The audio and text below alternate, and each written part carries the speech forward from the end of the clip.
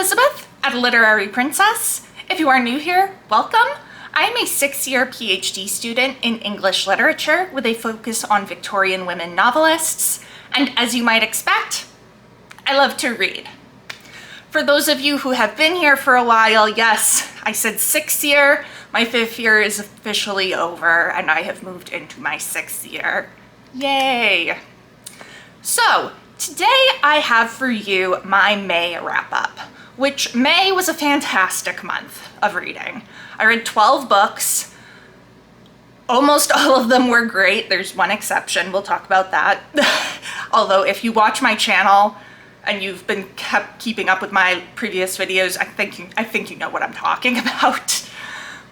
I was also participating in Mental Health May, an event hosted by Kim from Middle of the Book March and Marilyn Maya Mendoza. The whole idea was to read books related to mental health, whether that is fiction or nonfiction. And I read 4 books that I feel count for that. Technically 5, but I didn't finish it. I'm still working on it. So let's jump in. First one was one of my Mental Health May reads.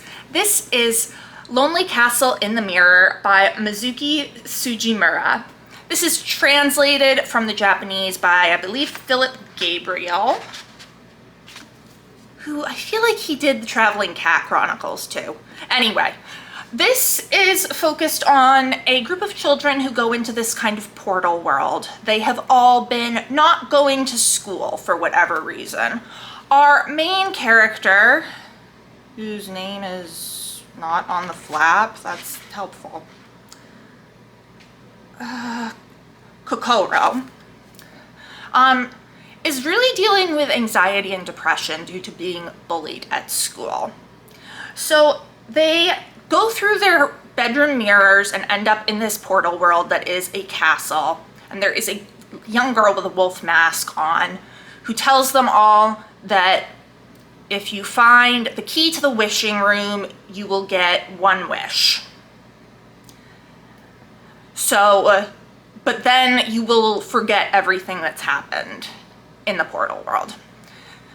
So these kids are just spending time there, developing relationships with each other and kind of working through their difficulties. They each have their own various problems. I really enjoyed this. I gave it 4.5 stars.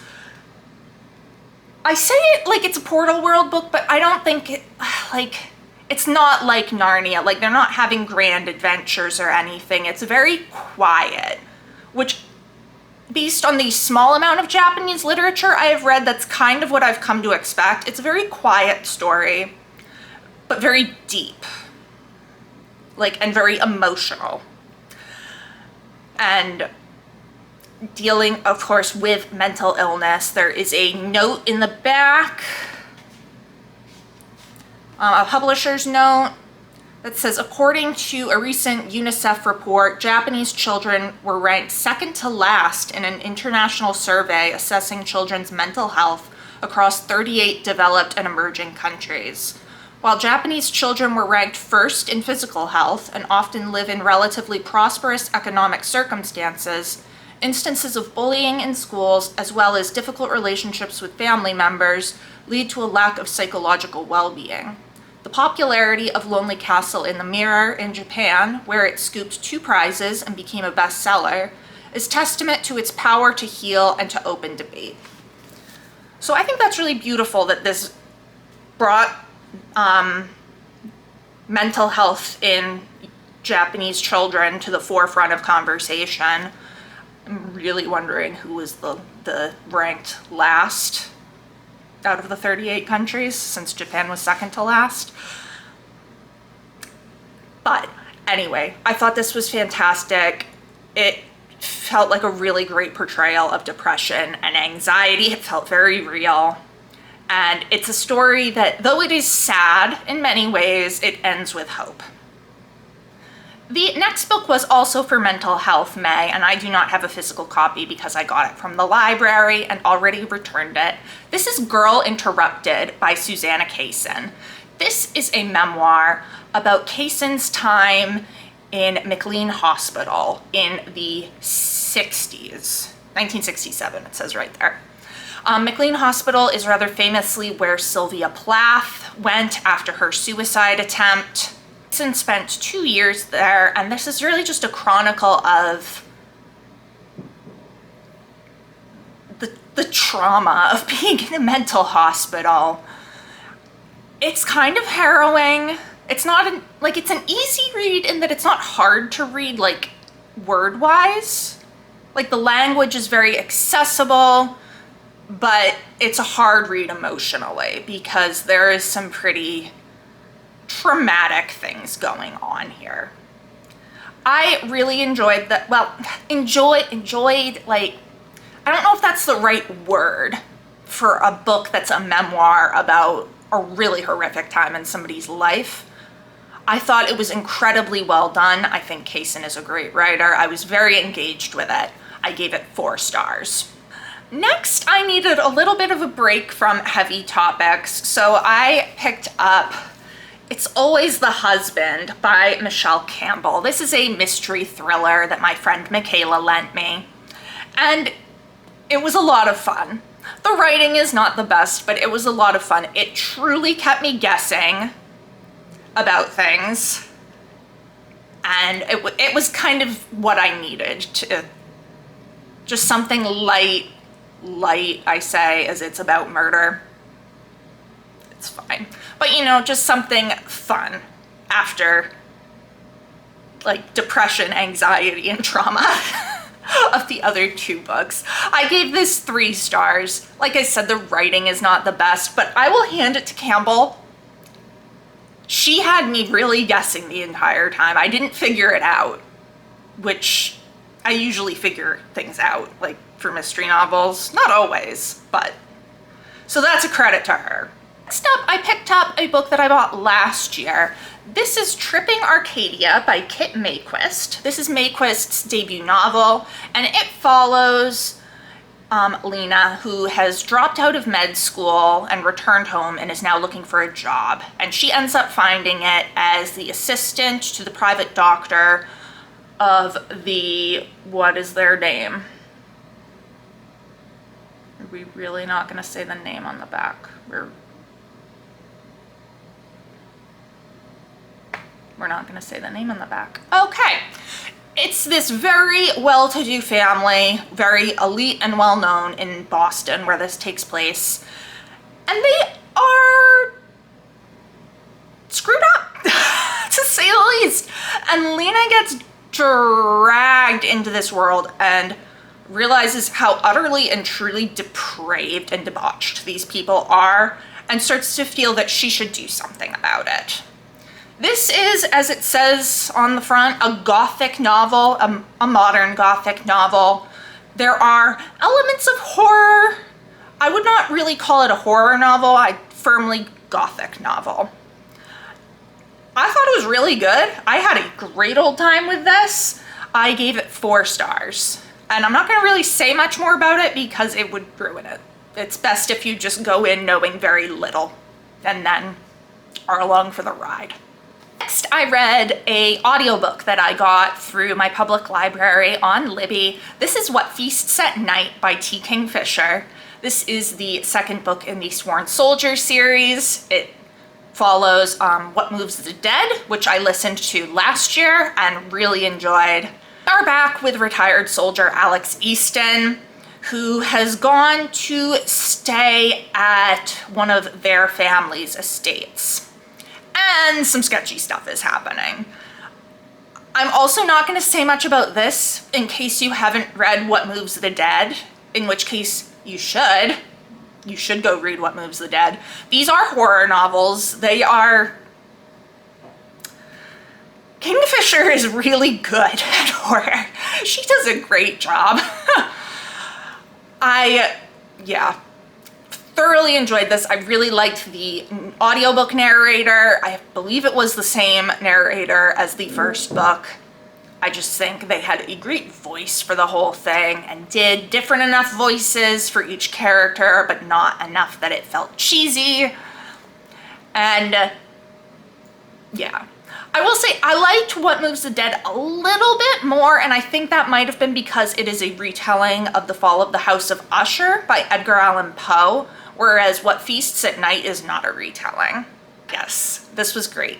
4 stars. Now we have the one flop of the month. And like I said, you can all probably guess this if you watch my videos. This is Impressions of Theophrastus Such by George Eliot. This is Eliot's last piece of published fiction. It is a series of fictional essays by a fictional man named Theophrastus Such, but really it's just a way for Eliot to voice her opinions and disguise it as fiction. I have a whole video on why I hated this. You're welcome to go watch it. I will not repeat my rant. I gave this 1.5 stars, and the half star is because I might be able to use some of it in my dissertation. Did not like. Do not recommend. Will never be reading it again. The next one is my Fairy Tale Friday read of the month, but I'm not actually going to be doing a Fairy Tale Friday feature on it. We'll talk about that in a minute. This is The Book of Gothel by Mary McMinn. This is a historical fantasy that tells the backstory of the witch and Rapunzel, Mother Gothel. Here she is named Hillwise, and we are in Germany, 1156. And Hillwise has these seizures, basically, that people in the village find very suspect. And when her mother dies and her father abandons her, she is labeled a witch, and she needs to run away and figure out how she's going to survive. So, why am I not doing a Fairy Tale Friday feature on this? The retelling aspects really don't come in until the last 20 or so pages. Like, there's little things early on, but like, it's so little. This is really a backstory rather than a retelling of Rapunzel. So I just feel that doing a whole video on it wouldn't be productive, because I'd really only be talking about the last 20 pages. And even though I do give spoilers in my Fairy Tale Friday videos, like I try not to give quite that much away. Like, I just don't think there would be really enough to talk about. So I did really enjoy this. I gave it 4 stars. I loved that it's historical fantasy. That's a genre I've really been enjoying lately. And I really love the backstory that McMinn has given Hellwise, this character. I thought it was fantastic. 4 stars, really enjoyed, just won't be doing a video on it. Next up was a reread for my dissertation, and I do have a physical copy of it, but it is on campus because I'm transcribing my notes, so. Well, this is A Struggle for Fame by Charlotte Rydell. This tells the stories of 2 Irish immigrants, Glenn Wesley and Bernard Kelly, who are both trying to make it as writers in London. I am writing a chapter on this book. It's actually the first chapter of my dissertation, although not the first one I'm writing. So as soon as I am done with my Margaret Oliphant chapter, I'm going to be starting on my Rydell chapter, and I wanted to give it a quick reread and take some notes and mark specific passages that I wanted to look at.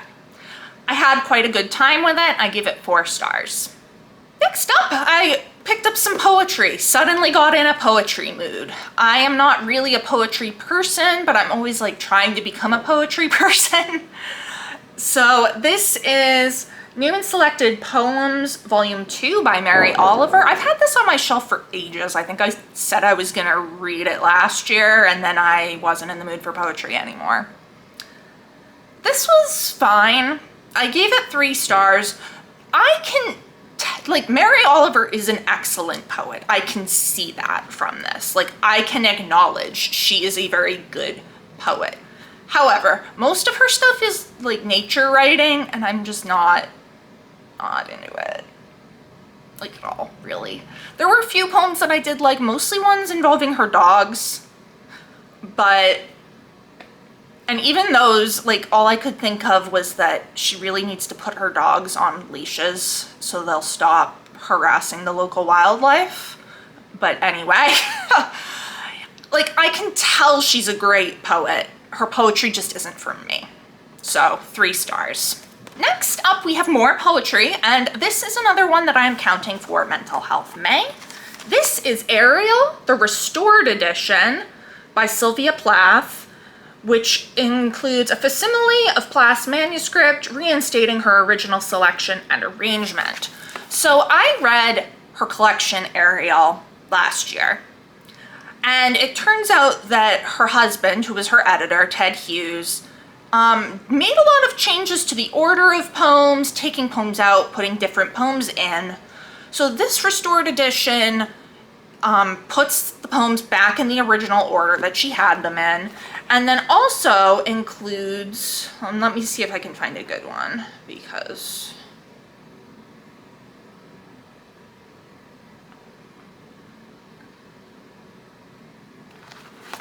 includes a facsimile of the original pages where you can see some of her markings and notes. And then also has her handwritten drafts of Ariel, if I can find them. Here we are.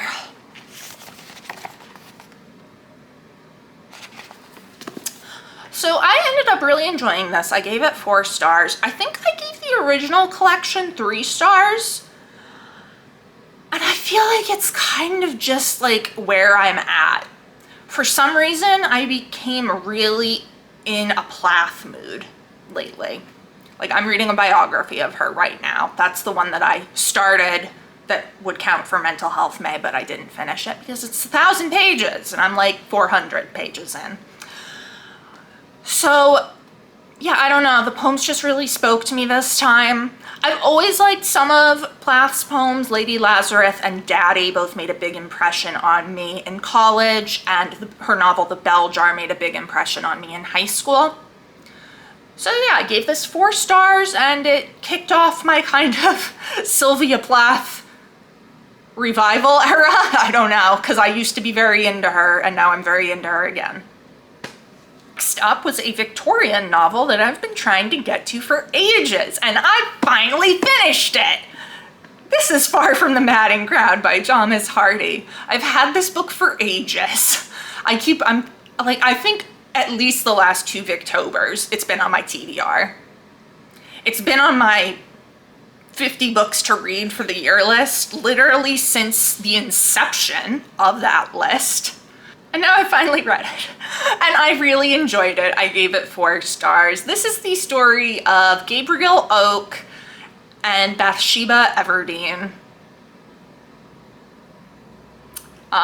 who are both involved in farming. And it's your typical Hardy love shape with kind of Bathsheba at the center and then a bunch of different men in love with her. It's not my favorite Hardy. I like the Woodlanders better. Bathsheba kind of frustrates me as a character. Especially our opening scene of her is she's like in a wagon traveling to her aunt's house to stay. So she has like all of these packages that are, wrapped up because she's moving. And the guy has to stop the wagon for some reason and go do something. So she's just sitting there. And she like opens up one of the packages and it's a mirror, and she just starts looking at herself, like admiring herself, and not like fixing her hair or anything, just like looking and being like, oh, I'm so pretty. I'm like, Hardy, people don't do that. That's not a thing. Like, sure, if there's a mirror available, like I'm thinking of the scene of Hetty Sorrel in Adam Bede by George Eliot, where she's like getting undressed for bed and there's a mirror in her room and she just starts admiring herself. Like, yeah, people do that, but to physically unwrap the mirror while you're in the process of moving and while you're just sitting in a wagon waiting for a guy to come back and drive the wagon to start admiring, that's not a thing. That's not a thing, Hardy. People don't do that. People don't do that. Okay? Anyway, that irritated me. However, I did really like the book. It kept me very engaged. There is kind of horrible scene of animal death right at the beginning. Just so you know, because I didn't know, and I was kind of like, ah, because I don't do good with animal death. So that is there. However, I did enjoy it. I just don't think it's Hardy's best, whereas I think a lot of other people really love this one. The Woodlanders is better to me. And then, of course, Tess of the D'Urbervilles. Oh, another thing. I was under the impression that this ended happily. I mean, I guess technically, but like also no. I don't know why I expected anything different from Thomas Hardy, the king of depressing endings, but yeah, no, there's depressing stuff in this book. So yeah, don't go into this thinking it's gonna be a happy story. It's really not. Like, I guess technically it all ends up, I'm not even gonna say it all ends up okay. Like, technically there is a certain amount of happiness to the ending, but it's not a happy ending. And then the final book was another reread that counts for Mental Health May. This is Sleepwalking by Meg Wolitzer. This is Wolitzer's debut novel that came out in the 80s, and it tells the story of, God, what is her name?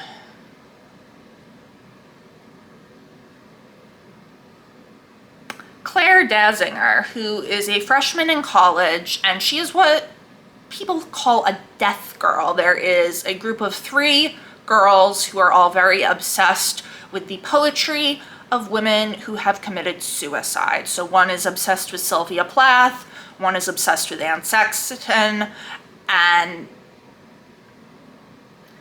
Claire is obsessed with Lucy Asher, who is a creation of Wolitzer's, who seems to be pretty based on Plath in a lot of ways. The first time I read this, I think I gave it 4 stars, but it was more like a 3, and I think it's because it's kind of misrepresented in the summary and in the person who recommended it to me. It was recommended to me as a campus novel. It really mostly does not take place on campus. The first part does, but after that, Claire goes to the house of Lucy Asher's parents, and most of the book takes place there. This is a book about grief. Like, it's really not a campus novel. It's a book about loss and moving on from loss and how to grieve for somebody. So again, Mental Health May. It's sad. Like, it's very emotional. I feel like it does end on a note of hope. But yeah, it is very emotional. So now that I have read this, knowing what it was and going into it looking for a book that was about grief and mental illness, I gave this 5 stars. I really love this. And Wolitzer wrote it when she was like in college at Brown. And I just thought it was so fantastic this time around. So yeah, 5 stars. So that is what I read in the month of May. Let me know down in the comments below. Have you read any of these? What did you think? Did you participate in Mental Health May? What else did you read this month? If you enjoyed this video, please don't forget to give it a thumbs up and subscribe to see more of my bookish content. It has been great chatting with you. I will see you soon. Bye.